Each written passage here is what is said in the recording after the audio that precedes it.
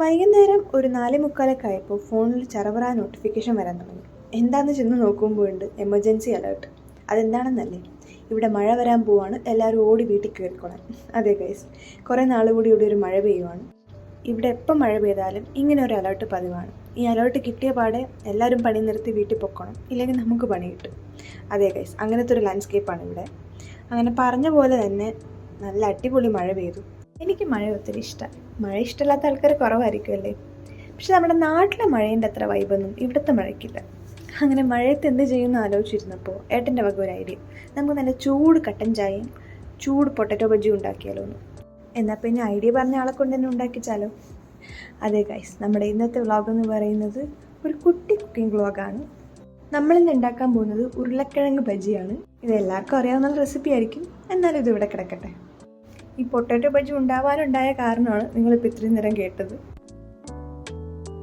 നമ്മുടെ മാഡം ഇവിടെ എണീറ്റ് കിടപ്പുണ്ട്. ചില ദിവസങ്ങളിലും അവൾ ഞങ്ങളെ എവിടെയും തിരിയാൻ വിടത്തില്ല. അതുകൊണ്ട് ഞങ്ങൾ കിച്ചണിലെ സാധനങ്ങളെല്ലാം ഇങ്ങോട്ടേക്ക് എടുത്തുകൊണ്ടു ഇവിടെ വെച്ചിട്ടാണ് പരിപാടി ചെയ്യുന്നത്. ഇതിൻ്റെ പ്രിപ്പറേഷൻ ഒരുവിധം എല്ലാവർക്കും അറിയാമായിരിക്കും. ഞങ്ങളിവിടെ ഇങ്ങനെയാണ് ചെയ്യുന്നത്. ഒരു 4 ടേബിൾ സ്പൂൺ കടലമാവ്, ആവശ്യത്തിന് ഉപ്പ്, പിന്നെ ഒരു 1/2 ടീസ്പൂൺ ചതച്ച നല്ല ജീരകം, പിന്നെ ഒരു നുള്ളു മഞ്ഞൾപ്പൊടി, പിന്നെ ഒരു 1/2 ടീസ്പൂൺ അല്ല കേട്ടോ, ടേബിൾ സ്പൂൺ മുളക് പൊടി. അത് നിങ്ങളുടെ എരിവിനനുസരിച്ച് എടുക്കാം. പിന്നെ ഇച്ചിരി വെള്ളം ഒഴിച്ചിട്ട് ലൂസാക്കി മിക്സ് ചെയ്യുക. ലൂസാക്കി എന്ന് പറയുമ്പം ഒത്തിരി ലൂസാവരുത്, ഈ ഒരു കൺസിസ്റ്റൻസിയിൽ മിക്സ് ചെയ്തെടുക്കുക. ഇനി ഇത് വറുത്തെടുക്കുന്ന പണി മാത്രമേ ഉള്ളൂ. പാൻ ചൂടാക്കിയിട്ട് അതിൽ ഓയിൽ ഒഴിച്ചിട്ട് നമ്മുടെ പൊട്ടാറ്റോ ഈ ബാറ്ററിൽ മുക്കിയിട്ട് പൊരിച്ചെടുക്കുക. ഞങ്ങളിവിടെ സൺഫ്ലവർ ഓയിലാണ് യൂസ് ചെയ്തിരിക്കുന്നത്. സൺഫ്ലവർ ഓയിലായിരിക്കും നല്ലത്. നിങ്ങൾക്ക് കോക്കനട്ട് ഓയിലും യൂസ് ചെയ്യാം, പക്ഷേ സൺഫ്ലവർ ആയിരിക്കും കുറച്ചുകൂടി നല്ലത്.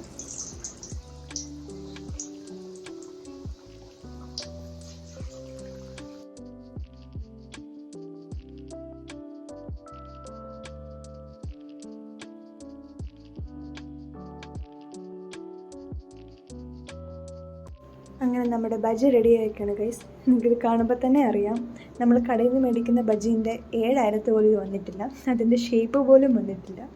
നമ്മളിത് റൗണ്ടായിട്ടാണ് കട്ട് ചെയ്യുന്നത്. നമ്മൾ കടയിൽ നിന്ന് മേടിക്കുമ്പോൾ എനിക്ക് തോന്നുന്നു നീളത്തിനാണ് കിട്ടുന്നതെന്ന് തോന്നുന്നു.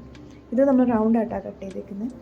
നാബീൻ്റെ ഏറ്റവും ഇഷ്ടപ്പെട്ട സോങ്ങാണ് നിങ്ങളിപ്പോൾ ഈ സ്ക്രീനിൽ കാണുന്നത്. നാബി വയറ്റിലുണ്ടായിരുന്ന സമയത്ത് ഞാൻ എപ്പോഴും ഈ പാട്ട് കേൾക്കുമായിരുന്നു. അതുകൊണ്ടായിരിക്കും പുറത്ത് വന്ന ശേഷവും ഈ പാട്ട് കേട്ട് കഴിഞ്ഞാൽ അപ്പം പുള്ളിക്കാരി സൈലൻ്റ് ആവും. അങ്ങനെ നമ്മുടെ ബജ്ജി എല്ലാം ഫ്രൈ ചെയ്തെടുത്തു. സ്വന്തമായിട്ട് ഉണ്ടാക്കിയിട്ട് സ്വന്തമായിട്ട് സൂപ്പറെന്ന് പറഞ്ഞ് സമാധാനിക്കുന്നു. കൊള്ളാം. അങ്ങനെ കഴിക്കാനെല്ലാം റെഡിയാക്കി വന്നപ്പോഴേക്കും മഴ തൽക്കാലത്തേക്കൊന്ന് കുറഞ്ഞു. ആ ഗ്യാപ്പിൽ ഞാൻ ചെറുതായിട്ടൊന്ന് മഴ ആസ്വദിക്കാൻ വേണ്ടി ഇറങ്ങി. അതിൻ്റെ ഷോർട്സ് ഞാൻ എൻ്റെ യൂട്യൂബിൽ അപ്ലോഡ് ചെയ്തിട്ടുണ്ട്. കണ്ടിട്ടില്ലെങ്കിൽ ഡു ചെക്ക് ഇറ്റ് ഔട്ട്. നിങ്ങൾക്ക് ഈ വീഡിയോ പറ്റി എന്തെങ്കിലും കറക്ഷനോ സജഷനോ ഉണ്ടെങ്കിൽ പ്ലീസ് ഡു കമൻറ്റ്. പിന്നെ നിങ്ങൾക്ക് എൻ്റെ ചാനൽ ഇഷ്ടപ്പെടുവാണെങ്കിൽ പ്ലീസ് ഡു സബ്സ്ക്രൈബ്. അടുത്ത വീഡിയോ ആയിട്ട് ഞാൻ ഉടനെ വരുന്നതാണ്. Until then, it's a bye.